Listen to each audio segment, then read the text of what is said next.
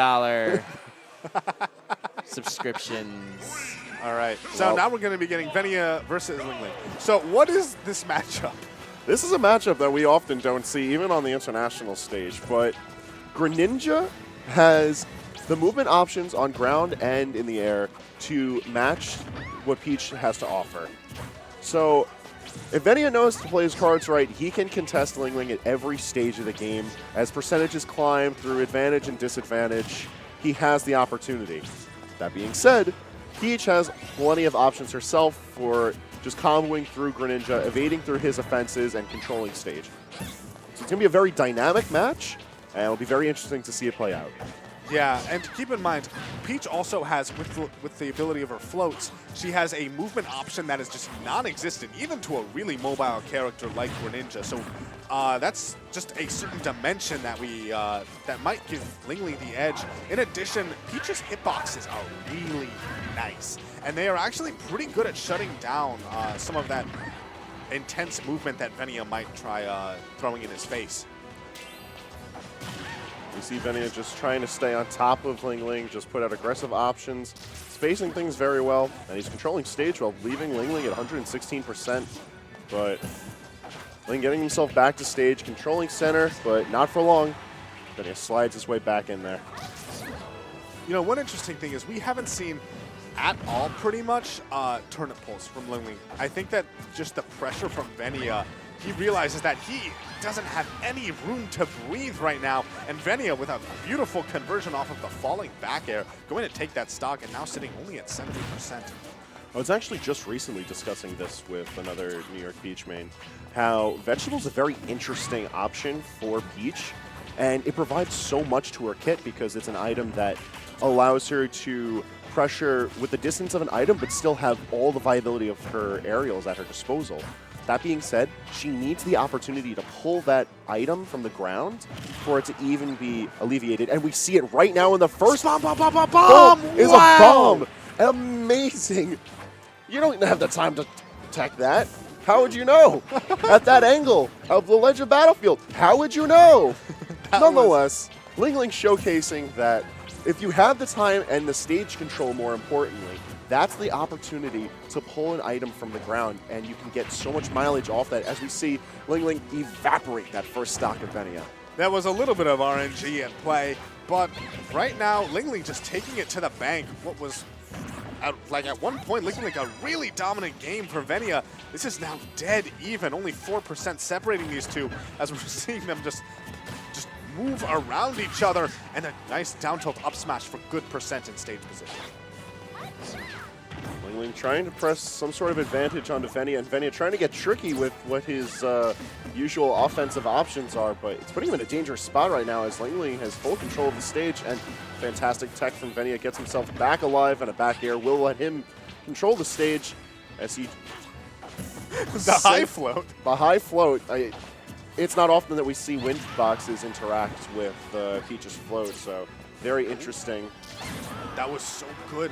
Really nice, just covering the ledge there, knowing that that's the only place that Venia can really go to. And one thing I want to quickly talk about is LingLing's use of like the float cancel in disadvantage. What an F smash! That was such a fantastic. I wonder if he knew he had the golf club, but he just threw it out there. Venia running headlong into it. LingLing taking game one. See, I feel like that was a really smart option from LingLing because you know Venia's not going to shield. He's going to figure out every which way to slip and slide. God damn it. I'm just saying. I'm just saying. You know the man is going to figure out the way to just microspace everything to the finest degree. But here's the thing. How can you microspace a move when you don't even know what its hitbox is going to be? F smash is, I mean, at that point, we didn't know which one was going to come out, right? Would there have been any way to know? Because he had an F smash at any point, so the order is set, but is it set from the very beginning? Is it always golf club first? I would have to double check that. I can't give you a concrete answer just yet. But what I can tell you is that Final Destination is the setting for our game 2, and I really like this stage in comparison to Battlefield, especially for Venia, just because a lot less space that he has to worry about coming across LingLing, and a lot less space that he has to worry about for his own advantage stage. at the same time, so I'm wondering how, whether the footstool combos are very doable on Peach. I know that Peach's floatiness, and Venia, one of the pioneers of those footstool combos, is, you know, he is a lab monster. Wow, what a reverse down tilt to up smash. That was such good recognition from Venia as he takes that first stock, and with a pretty sizable lead, but this is similar to the lead he had game 1, you know? Yeah, it's really a matter about how well is he going to stick this lead, because he needs to stay mobile. He needs to make sure that he just builds up the damage on LingLing, but Ling can challenge a lot of his aerial options with Nair, with Fair, and he can really build the pressure. And as we see, Venia starting at 119%, while not really having gotten much onto Ling in the second stock. Yo, he did it. He did the thing. All The right. thing is leaving him with 100+%. He needs to figure out how he's going to be maneuvering around Ling, because LingLing is looking a lot more conservative with his movement options, staying a lot closer to the ground, not really maneuvering himself around as much, but maneuvering himself right into the jaws of a combo. Yeah, and ooh, that dash attack, really nice but amazing DI from Venia, going to be keeping him alive there. And one thing that, it's really good up smash, but it's not going to take it. But we saw that Venia was throwing out these little tiny shurikens, which normally would be is so good at disrupting movement, but LingLing is still able to just be aware of them. But there it is again, the down tilt up smash. It feels like Venia is really, like, he's realizing the weaknesses in LingLing's play, and he's just capitalizing so well with that down tilt. Like, that down tilt up smash has taken 3 out of 3 stocks right now, I think. Game 1, he took it with a down tilt up smash, right? So far, it's looking like it. And we're seeing that you had mentioned his footstool combos earlier and the capabilities that Greninja has. Venia seems to have recognized that he's not going to be able to get that with, you know, a Peach so fluid like LingLing. He's opting for a lot more of the drag down up air, just something very consistent, very reliable. Nothing too flashy right now, but I mean, what's flashier than carrying the W? Yeah. And now we're moving on to game 3 here. LingLing stroking his stubble, thinking about his counter pick. I was gonna say beard, but like, it's more of a, he's got more of a stubble thing going on.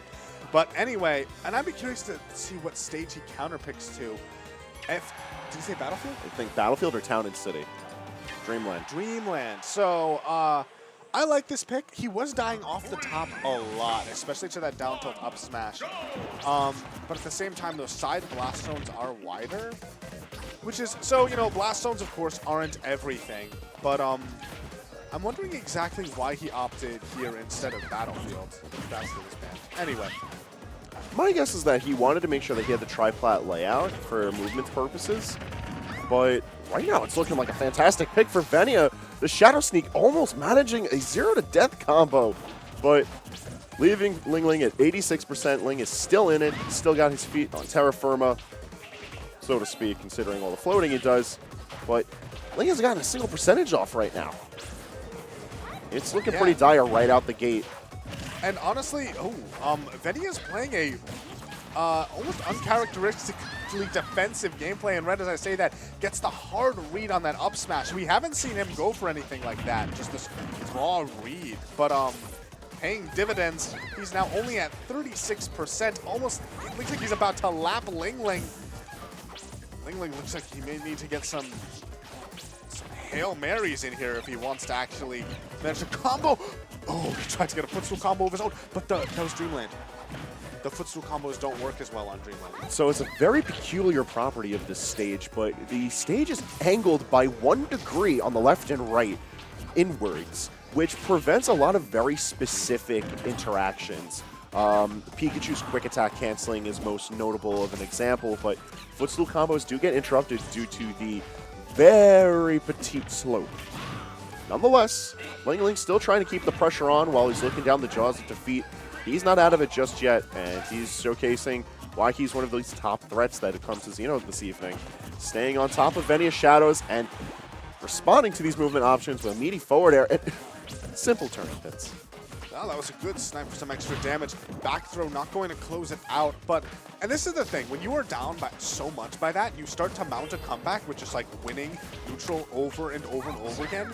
It can start to affect your opponent, you know, when, like, for instance, if LingLing managed to take this stock right now, I could very well see Venia, you know, he's normally not really a panicked player, but at the same time, wow, 99 already. Fantastic DI from LingLing, keeping himself alive.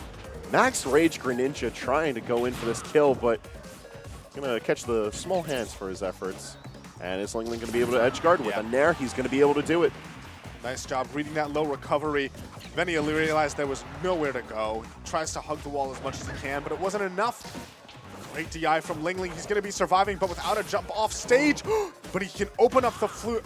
Okay, he should be fine now. Venia saves him. If he went for the Hydro Pump instead, he could have very well pushed LingLing out into the distance. He could have kept racking up damage, but there is no way, given how much that LingLing can drift and float, that Hydro Pump, because it sends him up at an upwards angle.